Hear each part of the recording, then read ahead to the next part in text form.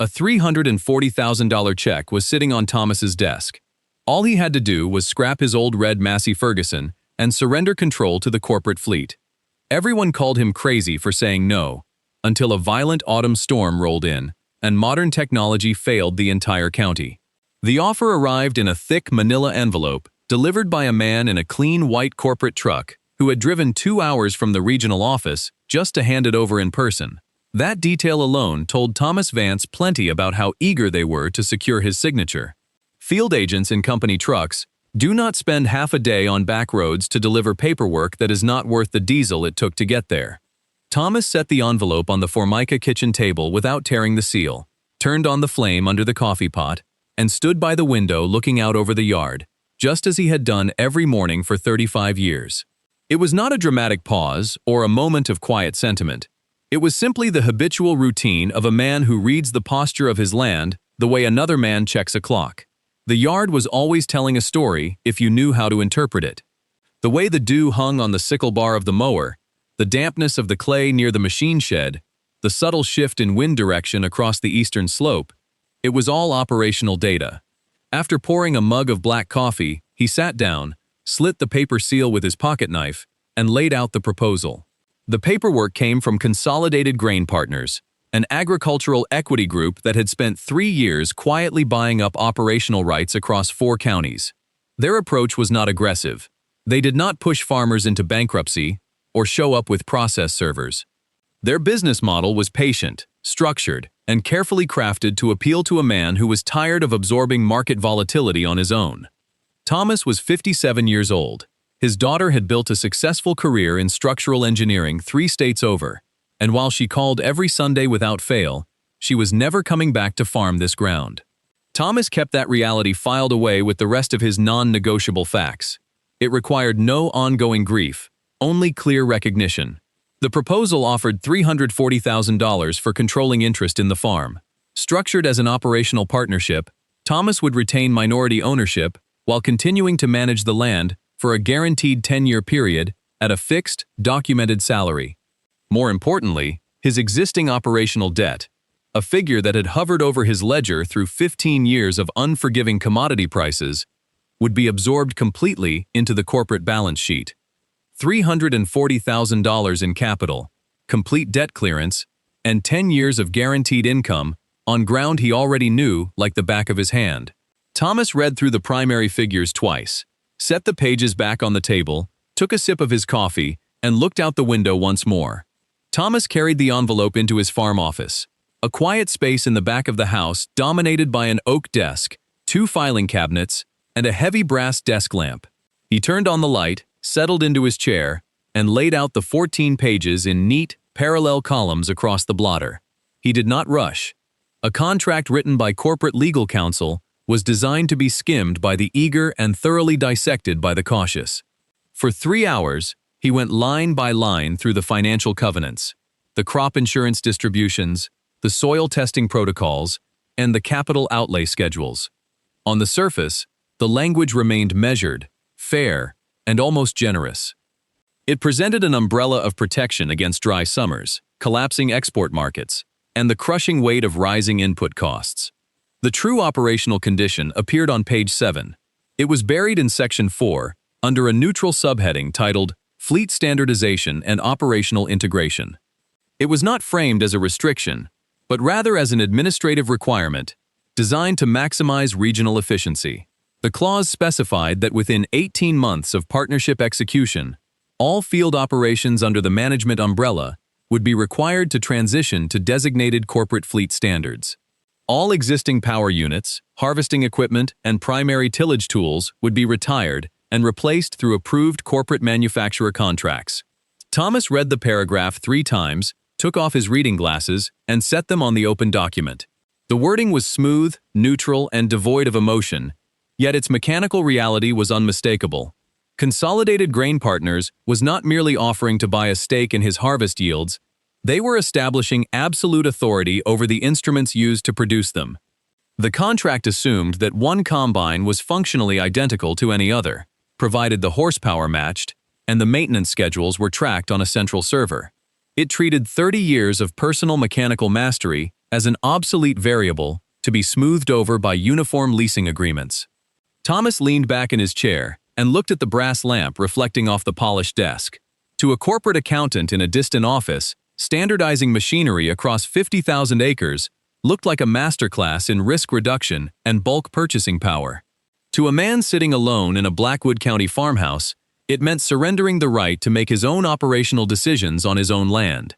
He picked up his pen, drew a light line around Section 4, and reached for the telephone. Thomas dialed the regional office and asked for Douglas Pratt, the senior field manager whose signature was stamped on the cover letter. Pratt answered on the third ring, his voice smooth, warm, and brimming with the polished professionalism of a corporate executive used to closing deals. Thomas bypassed the casual pleasantries and asked directly about Section 4 on page 7. He asked what fleet standardization meant in practical terms for his current machinery setup. Pratt did not hesitate. He explained that Consolidated Grain Partners had established an exclusive regional partnership with a major distributor to run a standardized fleet of green John Deere equipment across all member farms. He assured Thomas that the decision was purely logistical, designed to streamline dealer service, centralize spare parts inventories, and lower bulk maintenance expenses across multiple counties. When Thomas asked specifically about his red Massey Ferguson combine and field tractors, Pratt gave a soft, sympathetic chuckle. He said the Massey Ferguson equipment would be liquidated through a corporate auction, and that modern John Deere machinery would be delivered to the farm before the next planting window. He emphasized that the transition would be entirely seamless, fully backed by dealer field service contracts, and structured to remove all mechanical stress from Thomas's shoulders. Thomas thanked Pratt for his time and hung up the telephone. The office fell quiet. He stood up, picked up his flashlight from the desk, and walked out the back door into the cool morning air. He crossed the gravel driveway and slid open the heavy wooden door of the main machine shed. The air inside smelled of clean diesel, grease, and dry corn dust. Sitting in the center bay was his red Massey Ferguson combine, flanked by his matching Massey Ferguson utility tractors. The red paint on the harvester's engine housing was deep and pristine, washed and waxed after every single harvest. There was no rust along the auger housing, no frayed hydraulic lines hanging beneath the frame, and no oil pooled on the concrete floor underneath the crankcase. Every belt was tensioned to exact factory specs. Every bearing had been greased by Thomas's own hands. He stepped up onto the ladder, rested his palm on the cool red metal of the cab frame, and looked out over the machine. For 25 years, this red iron had carried him through late nights, sudden rainstorms, and grueling autumn harvests, without a single failure. To Douglas Pratt, it was just an aging asset on a balance sheet to be liquidated for green iron. To Thomas, it was 25 years of shared history built on trust, sweat, and absolute mechanical precision. Thomas stepped down from the combine ladder, closed the heavy shed door, and walked back to the house. He knew that sentiment had no place in operational decisions. A farm run on nostalgia eventually belonged to the bank or a bankruptcy judge. If he was going to turn down $340,000 and complete debt relief, it could not be because he was fond of red paint or attached to the sound of an engine he had listened to for 25 years. It had to be because the numbers supported the choice. He pulled open the bottom drawer of his office desk. Resting inside were 31 black cloth-bound ledgers, stacked neatly in chronological order.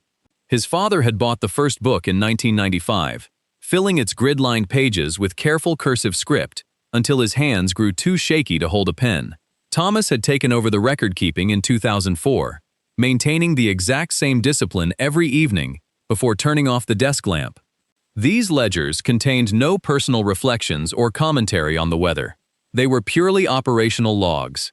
Every gallon of fuel pumped into the tanks, every quart of oil replaced during seasonal maintenance, every bolt torqued, every hour spent in the field, and every dollar paid out for parts was recorded with absolute precision. Next to those figures stood the harvest data, bushel counts by field sector, crop moisture levels at the elevator scales, fuel burn per acre, and exact downtime minutes caused by mechanical failures. Thomas laid the last 10 years of ledgers side by side across the desk. He turned past the summarized profit margins and focused on the raw mechanical efficiency metrics. Consolidated Grain Partners was offering security built on projections, corporate insurance, and centralized fleet agreements.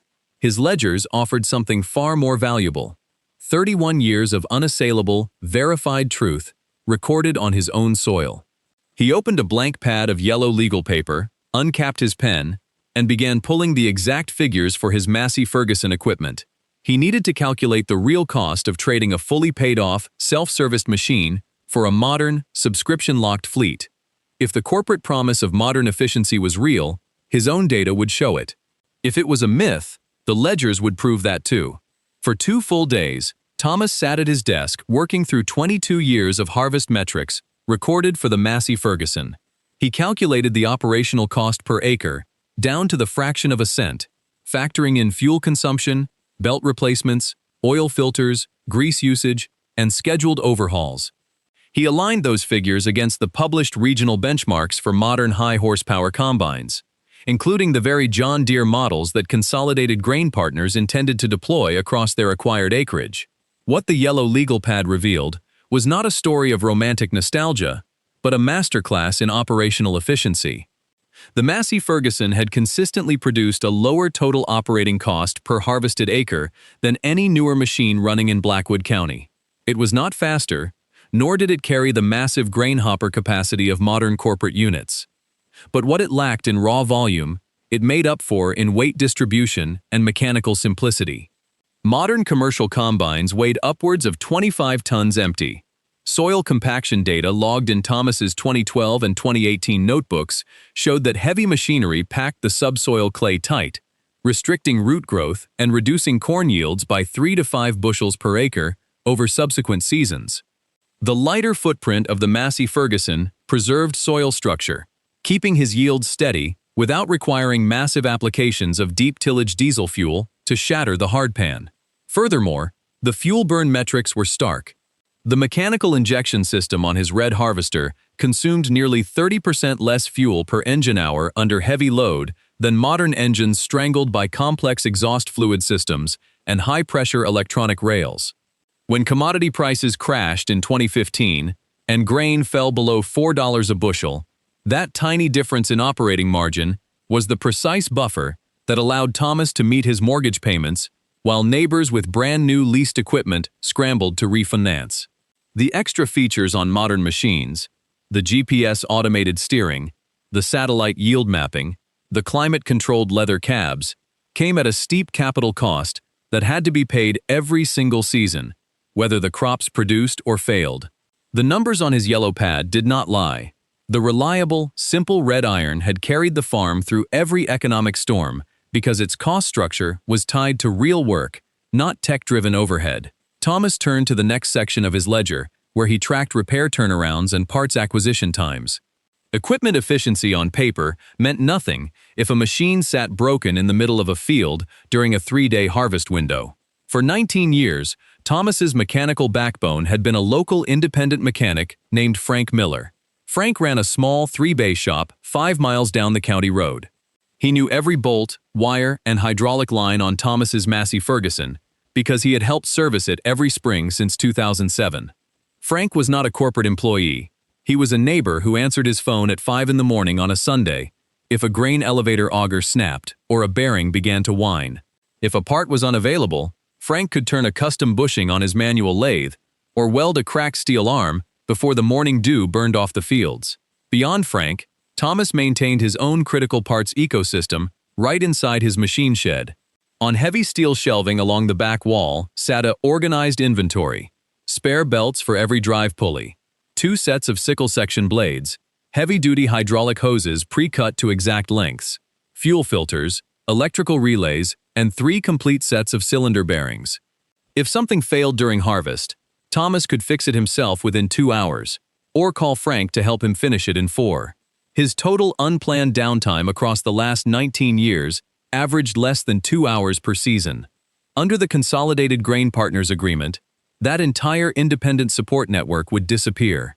Corporate protocol mandated that all service on the leased John Deere fleet be performed exclusively by certified dealer technicians operating under strict corporate service contracts. The regional dealership was located 90 miles away in the county seat. Every diagnostic required a factory laptop with proprietary software, prohibiting independent mechanics like Frank from even plugging into the machine's computer harness.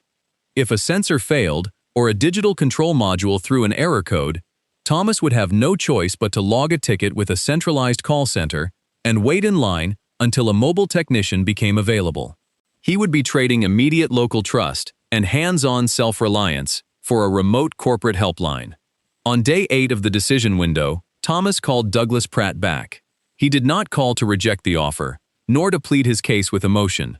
He called as a business owner presenting verified operational data. With his yellow legal pad spread out across the desk, Thomas laid out his figures line by line. He cited his 22-year record of fuel efficiency, his soil compaction data, his local repair turnarounds, and his average of less than 2 hours of unplanned downtime per season. He asked Pratt directly if Section 4 of the agreement contained a grandfather clause, a performance exemption for existing machinery that demonstrated lower operational costs and higher uptime than the corporate fleet benchmarks. Pratt listened patiently, his tone remaining polite and professional, but his response was unyielding. He explained that fleet standardization was the non-negotiable core of Consolidated's entire business model. The policy did not exist because corporate management believed old machinery was incapable of working. It existed to eliminate individual exceptions. Exceptions created service complexity. Exceptions prevented the company from negotiating massive multi-county lease packages with single equipment manufacturers. Exceptions made balance sheets messy for the board of directors. Pratt explained that from an institutional standpoint, allowing one farm to run a vintage red Massey Ferguson while 40 neighboring operations ran standardized green equipment destroyed the precise logistical synergy the equity firm had spent millions to build. He told Thomas that personal repair records and local mechanic relationships were commendable, but they belonged to a bygone era of agriculture. In the corporate model, risk was managed by centralized insurance policy, not by a farmer keeping spare belts in his shed. The conversation made the reality crystal clear. It did not matter that Thomas's red combine outperformed the corporate fleet metrics on his specific ground. It did not matter that he had eliminated downtime through 30 years of disciplined preventive care. Inside the corporate machine, individual excellence was invisible. The system was designed for uniform compliance, where every operator was interchangeable, and every piece of equipment followed the exact same corporate life cycle. Thomas thanked Pratt for his candor, set the receiver back on its cradle, and looked down at his handwritten numbers. The corporate rulebook had no room for truth that lived outside its own software. Thomas spent the evening of the 9th day going back through the last 8 harvest seasons in his ledgers, adding up every single minute his machinery had spent idle due to an unexpected breakdown. He added the 30 minutes it took to replace a sheared cylinder bolt in 2019, the 3 hours spent replacing a hydraulic fitting in 2021, and the short afternoon when a worn separator belt snapped during heavy damp weather in 2023. When he summed the figures at the bottom of the page, the total was startling: 11 hours. 11 hours of unplanned downtime across 8 full seasons of harvesting corn and soybeans. He set his pen down and thought about what 11 hours meant in the context of real farming. 2 townships over, his neighbor Dale Whitmore had leased a brand new precision combine 2 seasons ago.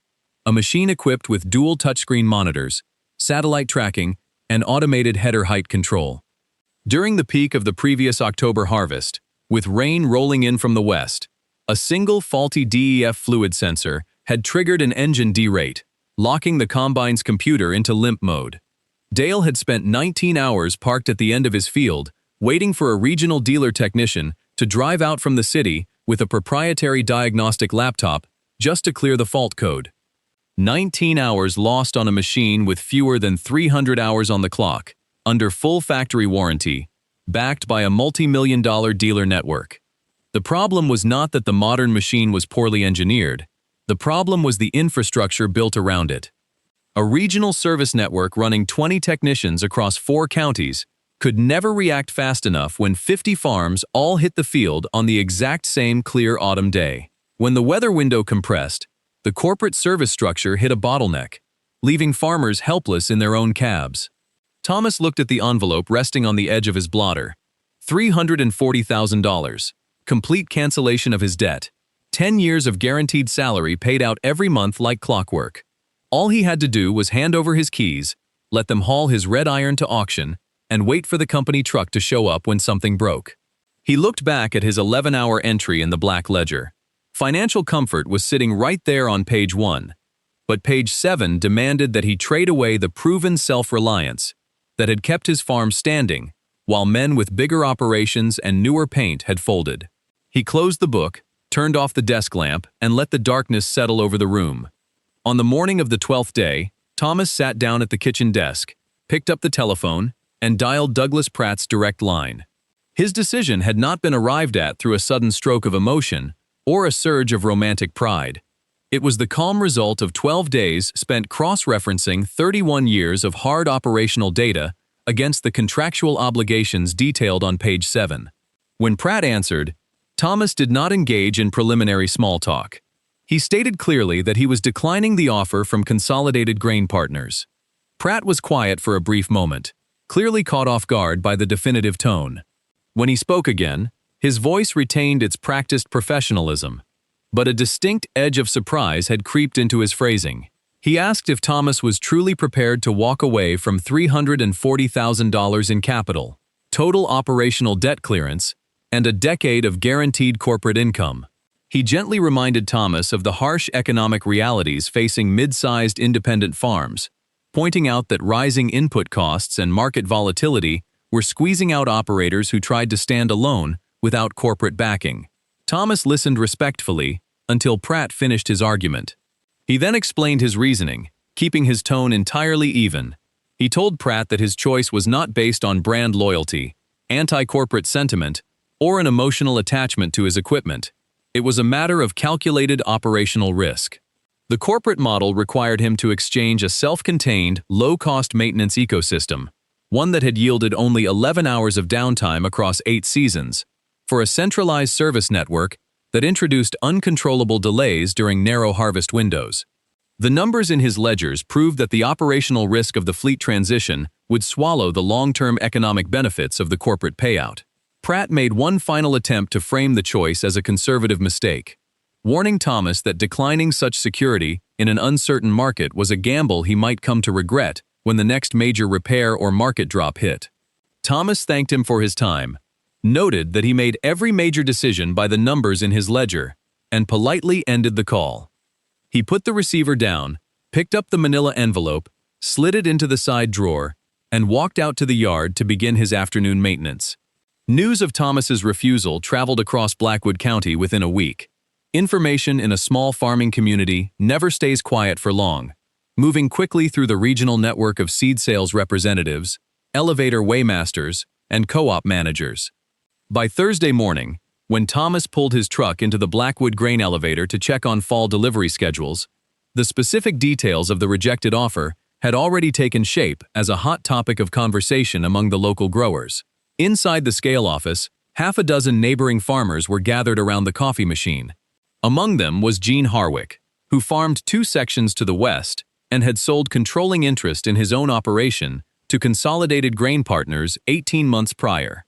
Gene had been vocal about his choice, openly calling it the smartest financial move he had made in 30 years of farming. When Thomas walked in, the room fell briefly silent before Gene leaned against the counter and brought the topic into the open. Gene spoke with the blunt confidence of a man who believed the math was entirely on his side.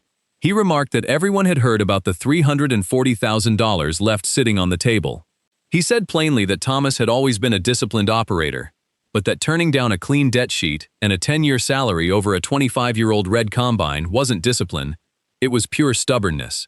Several men in the room nodded in agreement, staring down at their foam cups. To them, refusing corporate solvency in an era of soaring diesel prices and high machinery interest rates seemed completely irrational. They viewed Thomas's decision as a foolish attachment to obsolete iron. Thomas did not argue. He stood by the doorway, poured himself a cup of coffee, and listened without interrupting. He did not bring up the black cloth ledgers in his desk, his 11 hours of downtime over 8 seasons, or the subsoil compaction figures recorded on his yellow pad. He knew that explaining operational math to men who had already signed away their management rights would accomplish nothing except create unnecessary noise. He simply nodded, remarked that every farm had to run according to its own numbers, and finalized his grain delivery slips with the weighmaster. He drove home in quiet isolation, well aware of the county's judgment, but entirely comfortable carrying the silent weight of his own verified data.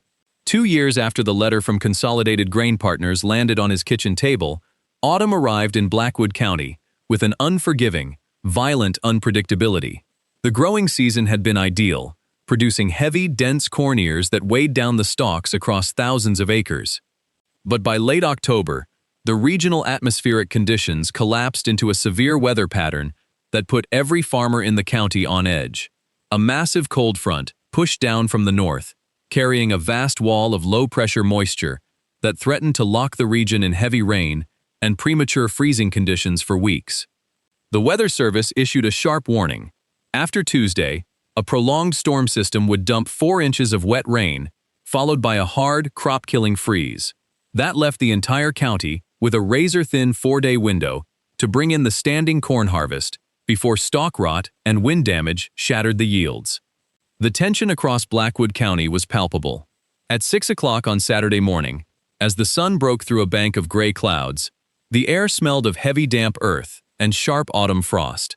Every farm in the valley prepared to run continuously around the clock. Engines roared to life across 2 townships as operators scrambled to cut as much grain as possible before the weather wall closed in. For the operations managed by Consolidated Grain Partners, the pressure was immense. Their regional management center deployed a fleet of brand-new, high-horsepower John Deere harvesters to cover thousands of consolidated acres spread across 4 townships. The corporate strategy relied on maximum throughput, running giant, heavy machines at high speed across large, contiguous fields to clear the ground before the rain hit. In his own yard, Thomas Vance stood by the machine shed, adjusting the drive chain tension on his red Massey Ferguson combine. He moved with the calm, practiced rhythm of a man who had prepared for this exact window for 25 years. He checked the fluid levels, inspected every grease fitting, and wiped the glass clean on the cab window. His operation did not have corporate dispatchers or fleet tracking monitors, but his red machine had been torn down, inspected, and rebuilt by hand during the long summer months. As he fired up the engine and listened to the smooth, steady thrum of the mechanical injection, Thomas pulled out of the yard toward his first 30-acre field, knowing that the ultimate test of operational strategy had finally arrived. By noon on the second day of the harvest window, the intense strain on the regional infrastructure began to take its toll. Across the corporate-managed acreage of Blackwood County, the high-tech, standardized John Deere fleet was pushed to its absolute thermal and operational limits. Running 24 hours a day through heavy, moisture-laden corn stalks triggered a cascade of unexpected electronic and mechanical faults across multiple units simultaneously. On Gene Harwick's farm, one of the primary leased combines threw a critical error code at 2 in the afternoon. An exhaust emissions sensor had overheated and failed, signaling the engine control computer to immediately derate power by 60% to comply with factory software safety limits. Without full power, the massive machine was effectively paralyzed, unable to pull its 12-row header through the damp crop.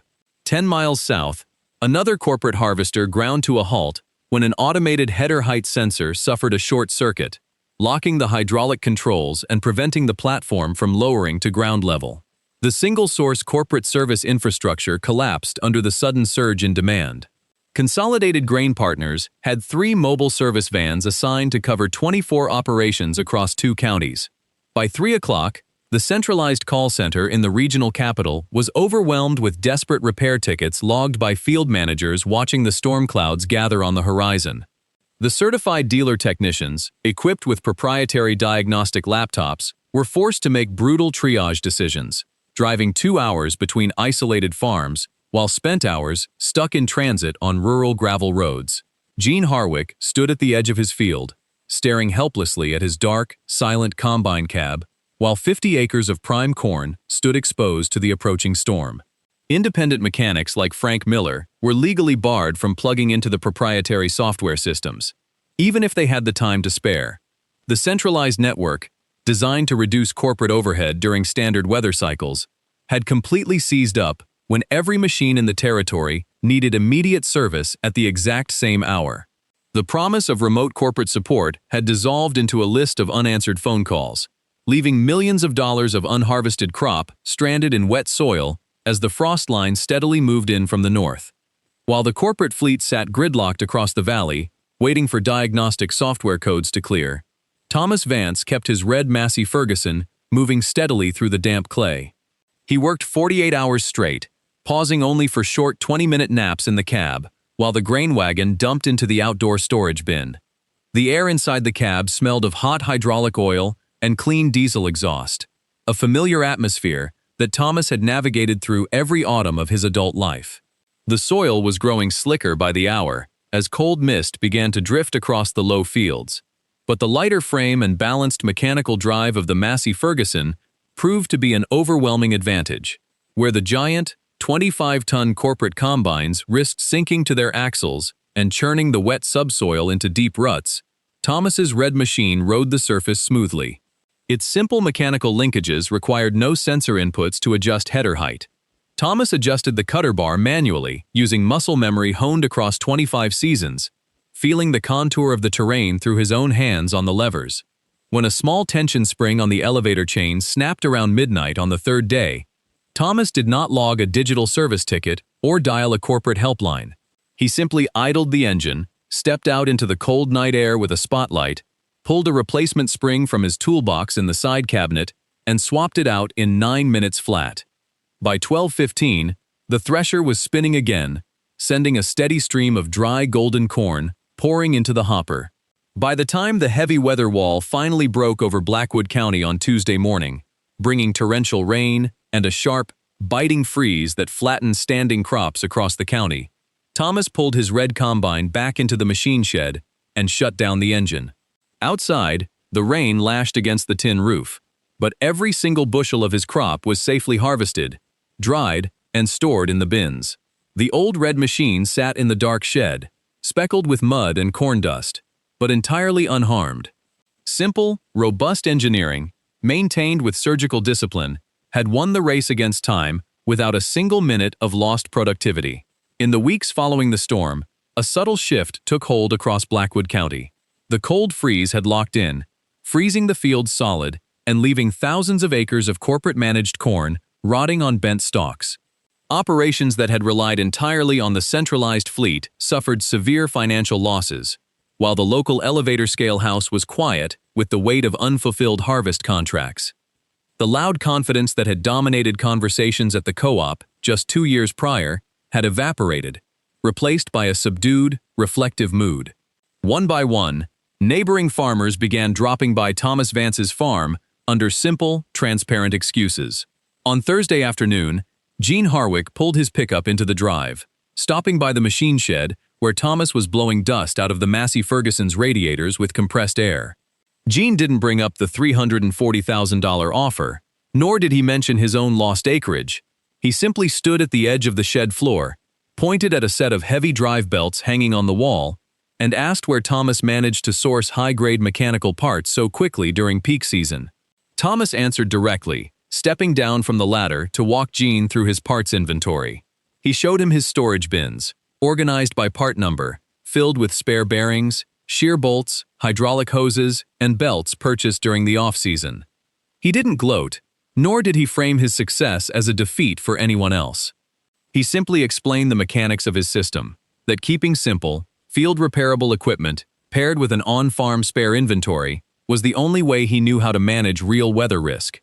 Gene listened in silence, running a hand over the polished red paint of the combine's side panel. For the first time in years, the artificial divide between modern progress and old-fashioned stubbornness seemed to dissolve. The local farmers realized that Thomas hadn't been clinging to the past out of sentimentality. He had simply understood the fundamental value of operational control. As Gene drove away into the gray November dusk, Thomas went back to greasing the combine's bearings, knowing that the respect earned through quiet results in the field was worth far more than any corporate promise ever penned on paper. Thomas sat at the kitchen desk, the familiar glow of the lamp illuminating the worn pages of his black ledger. It was late November, and the frantic energy of the harvest had long since bled out of the frozen ground. He uncapped his pen and carefully logged the final yield figures for the season. In the column designated for unexpected mechanical downtime, he drew a single, precise horizontal line, 0 hours. Across 4 days of brutal, continuous operation through heavy moisture and plunging temperatures, the red iron had not missed a single beat.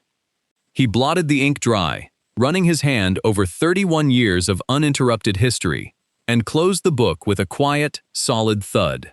The telephone on the wall rang, breaking the evening silence. Thomas picked up the receiver and recognized the voice immediately. It was Douglas Pratt. However, the corporate negotiator was not calling to pitch a revised offer or argue market trends. Pratt's tone was subdued, stripped of its usual polished confidence. He had seen the regional yield reports. He knew exactly how much corporate acreage had been lost to the frost while waiting on centralized service trucks. Pratt called simply to offer a concession. He admitted, with quiet professional respect, that the centralized corporate model had fundamentally failed the weather's stress test, and that Thomas's independent, self-reliant operation was the only strategy that had truly protected the ground. Thomas thanked him, acknowledging the grace it took to make such a call, and gently hung up the receiver. He walked over to the kitchen window and looked out toward the machine shed.